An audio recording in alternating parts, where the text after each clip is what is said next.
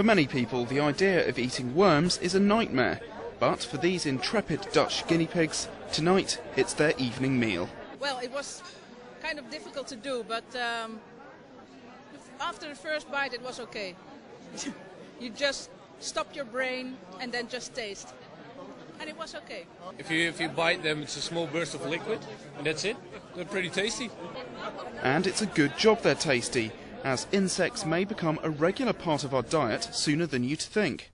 UN agricultural experts believe insects could be the answer to feeding the world's rapidly expanding population.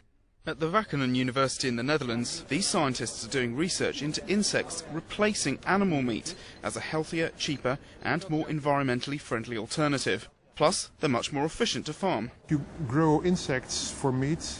Of 10 kilograms of food for insects, there's about 6 to 8 kilograms of insect meat that comes out of that.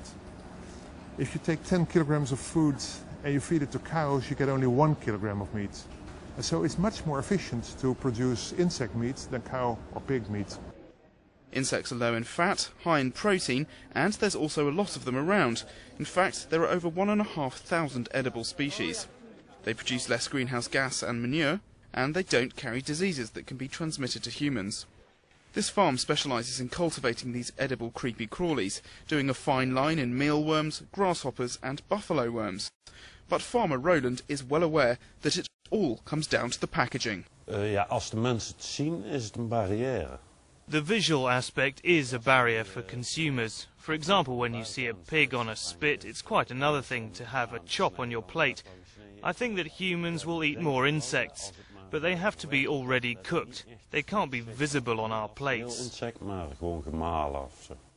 Having a bite of beetles or a scorpion starter is nothing new in parts of Africa or here in Thailand. But if you still really can't stand the idea of gobbling down some gourmet grubs or even a bug mac, then there's bad news.